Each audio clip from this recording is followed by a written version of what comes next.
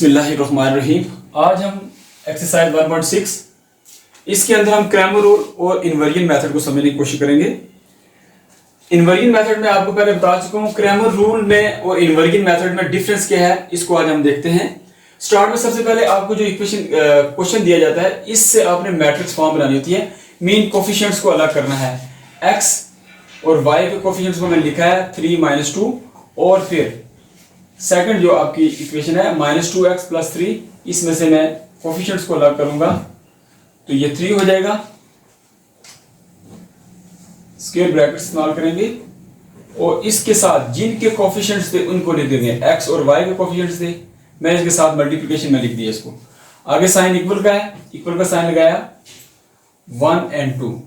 यहां तक तो हमने इसकी मैट्रिक्स फॉर्म बनाई है। अब इसकी हम नेमिंग करते हैं, नाम दे देते हैं। इसको हम a कह देते हैं, ये वेरिएबल है, इसको x कह देते हैं, और ये आपका कांस्टेंट है, हम इसको b का नाम देते हैं। ठीक है जी। ये हमारे पास इक्वेशन बनती है ax = b। हमें चूंकि x चाहिए होता है, x से मुराद ये है कि हमें x और y की वैल्यूज फाइंड करनी होती है यूजिंग क्रैमर रूल या इन्वर्जन मेथड। इन दो मेथड में से यूज करके हमने x की वैल्यू फाइंड करनी है। तो हम x को जब फाइंड करते हैं तो a दूसरे से जाके इनवर्स हो जाता है, a inverse of b। x = a inverse b, ये हमारे पास इक्वेशन है। असल में हमने इसका सॉल्यूशन सेट फाइंड करना होता है, x की वैल्यू फाइंड करनी होती है। x = x और y हम पुट करते हैं। अगर तो आप इन्वर्जन मेथड यूज करेंगे तो इसमें आपने a इनवर्स फाइंड करना होता है। पहले a इनवर्स जो होता है वो आपका एडजॉइंट ऑफ a होता है। अगर उसको डिवाइड करें डिटर्मिनेंट ऑफ a के साथ तो आपका इनवर्स आता है। इसका मतलब कि जब इन्वर्जन मेथड आप यूज करते हैं तो एडजॉइंट ओवर डिटर्मिनेंट करने के बाद आपके पास इनवर्स आएगा। वो उस इनवर्स की वैल्यू जब b से मल्टीप्लाई करेंगे तो वो इक्वल टू x होगी, तब वहां से x की वैल्यू फाइंड की जाएंगी। अब ये तरीका जो है, आज क्रैमर ने इस तरीकेकार को, ये चूंकि थोड़ा सा लेंथी तरीका है, इसको क्रैमर ने चेंज किया है। क्रैमर ने कहा जी कि इसका शॉर्ट वे तरीकाकार वही है, एडजॉइंट भी होगा, डिटर्मिनेंट भी होगा, लेकिन उसने कहा जी कि इसका शॉर्ट जो तरीकाकार है, उसने एक नया तरीका दिया जिसको उसने अपने नाम से उसने रखा है क्रैमर रूल। इस रूल के मुताबिक आप इसको सिंपल a कहते हैं। फर्स्ट जो है आपके पास ये है 3 - 2 और ये 3, ये आ गया। इसके बाद उसने कहा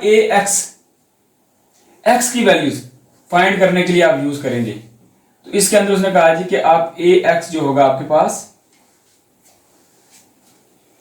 ax से मुराद क्या, उसने कहा कि अगर फर्स्ट कॉलम को रिप्लेस कर दिया जाए कांस्टेंट कॉलम के साथ, ये कांस्टेंट कॉलम है 1 और 2 जो b इसका नाम दिया, ये कांस्टेंट कॉलम, अगर इन कॉलम को आपस में इंटरचेंज कर दिया जाए, मीन के फर्स्ट कॉलम की जगह कांस्टेंट कॉलम को लिख दिया जाए और सेकंड वाला कॉलम एज इट इज रहे, तो ये आपका ax कॉलम कहलाएगा, ax मैट्रिक्स कहलाएगी।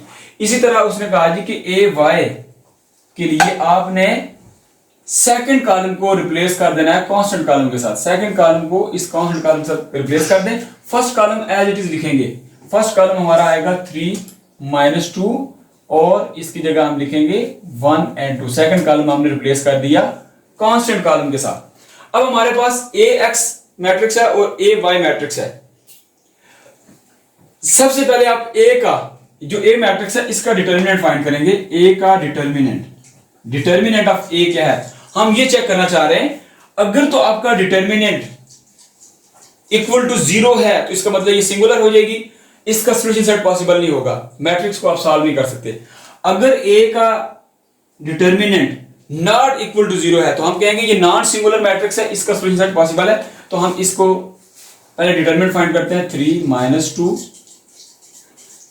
2 और 3, ये आपने स्ट्रेट लाइन लगानी है मॉड के लिए या डिटर्मिनेंट के लिए।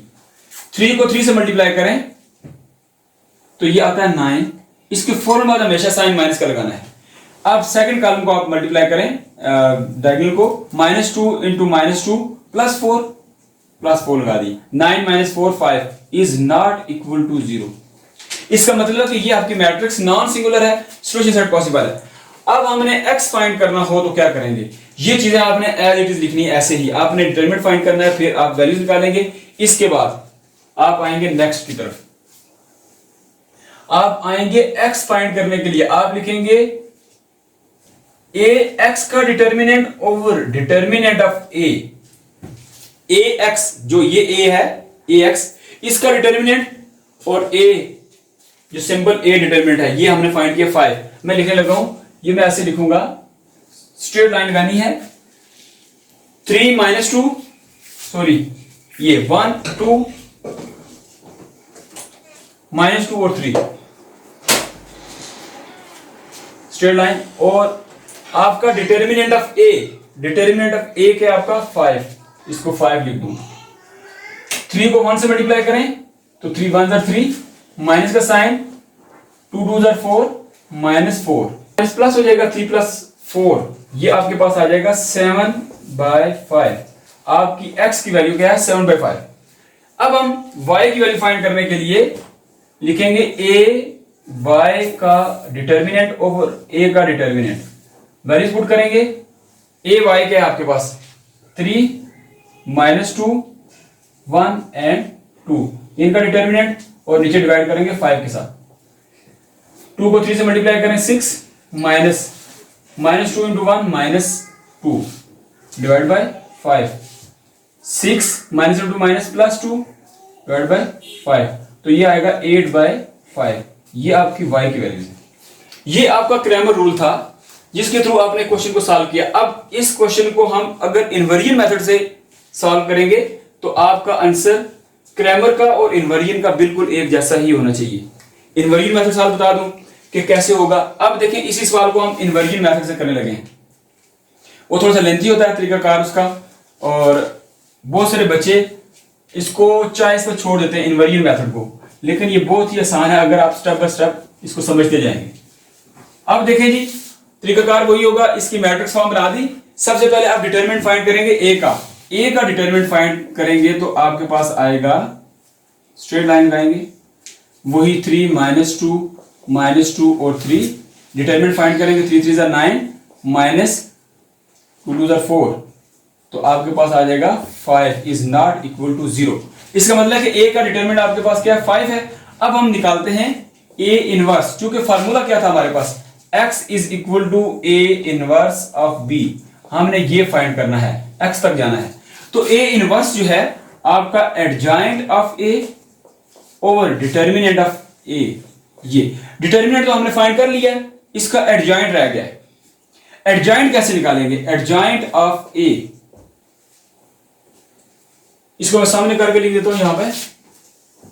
आप देखें एडजॉइंट ऑफ ए मैट्रिक्स देखें आपके पास ये है, मैं इसको पहले लिख लेता हूं, स्क्वायर ब्रैकेट में लिखेंगे 3 -2 और 3। जब भी आप एडजॉइंट निकालेंगे तो आपने फर्स्ट जो आपका ये प्रिंसिपल डायगोनल जो है ये 3 और 3, इनकी आपस में जगह चेंज करनी है, इनकी आपस में जगह चेंज करनी है। 3 और 3 इसकी जगह चेंज करें तो यही आएगा, कोई फर्क नजर नहीं आएगा आपको। ये 3 और 3 हमने इनकी जगह चेंज कर दी, इन दो के बाकी जो 2 बच गए हैं इनके साइन चेंज करना है, ये +2 हो जाएगा, ये भी +2 हो जाएगा। अब हमारे पास आ गया एडजॉइंट ऑफ ए का एडजॉइंट आ गया। अब हमारे पास जो इक्वेशन है x is equal to A inverse b, मैं ए इनवर्स फाइंड करता हूं। A inverse is equal to adjoint of A over determinant of A, मैं पुट करने लगा हूं। एडजॉइंट की वैल्यूज ये हैं 3 2 2 और 3, ये आ गई। इसको डिवाइड करें, डिटरमिनेंट के ऊपर 5 है आपका, ये आपका ए का इनवर्स हो गया है। जब ए का इनवर्स आ गया आपके पास तो ये ए का इनवर्स बी से मल्टीप्लाई हो रहा है, ये पूरी इक्वेशन आएगी x is equal to A inverse into B. A inverse हमारे पास ये है 3 2 2 3, डिवाइड है ये 5 के साथ, और b मल्टीप्लाई हो रहा है। अब पूरा जो हमने नेमिंग की थी b का कांस्टेंट 1/2 1 एंड 2, ये आपका कांस्टेंट कॉलम है, इसको मल्टीप्लाई करें। आप मल्टीप्लाई करते हैं 3 × 1 3 प्लस 2 × 2 = 4, क्योंकि ये नजर नहीं आ रहा, इसको सामने करते हैं जब मैं मल्टीप्लाई करूंगा 3 इंटू 1 ये आएगा 3 प्लस 2 2 4 ये आ गया जी। अब second row first column 2 into 1 2 plus 3 into 2 6 ये आ गया और डिवाइड हो रहा है ये 5 के साथ। आप देखें ये x जो मैंने लिखा है ये x यहां पर क्या है x और y है, मैं इस x की जगह x और y लिख दूंगा ये, और इक्वल का साइन। आगे देखें 3 में 4 ऐड करें तो कितना हो गया 7 और 2 और 6 ऐड करें तो 8 डिवाइड करें 5 के साथ। इसका क्या मतलब है 5 से डिवाइड हो रहा है, इसका मतलब कि 7 भी 5 से डिवाइड कर दे और 8 भी 5 से डिवाइड कर दे। और ये किसके सामने आ रहे हैं x और y के, जो ऊपर वाला इसमें जो है x इज इक्वल टू 7/5 और y आपके पास 8/5। ये आंसर और क्रैमर रूल के जो आंसर है वो बिल्कुल एक जैसे हैं, आप इसको चेकआउट कर सकते हैं। उम्मीद है कि आपको क्रैमर रूल और इनवर्जन मेथड अच्छी तरह से समझ आ चुके होंगे। अस्सलाम वालेकुम वरहमतुल्लाहि वबरकातुहू।